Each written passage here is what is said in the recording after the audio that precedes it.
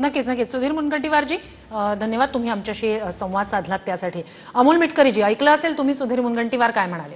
नाही, बरोबर आहे ना, सुधीर भाऊंनी जे म्हटलं तेच मी पण त्याच गोष्टीचा पुनरुच्चार केला।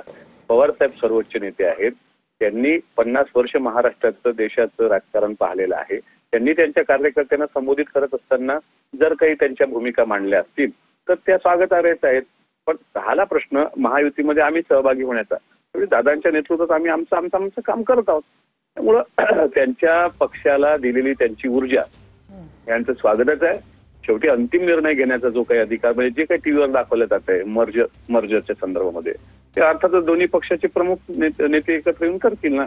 नाही करायचं तर ते साहेबच ठरवतील काय करायचं आहे, त्यात मी काय बोलणार असं मला वाटत नाही। नक्कीच महबूब शेखजी,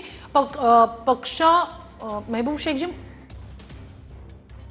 नक्कीच महबूब शेख आणि अमोल मिटकरी, तुम्हा दोघांचेही धन्यवाद आमच्याशी संवाद साधलात त्यासाठी।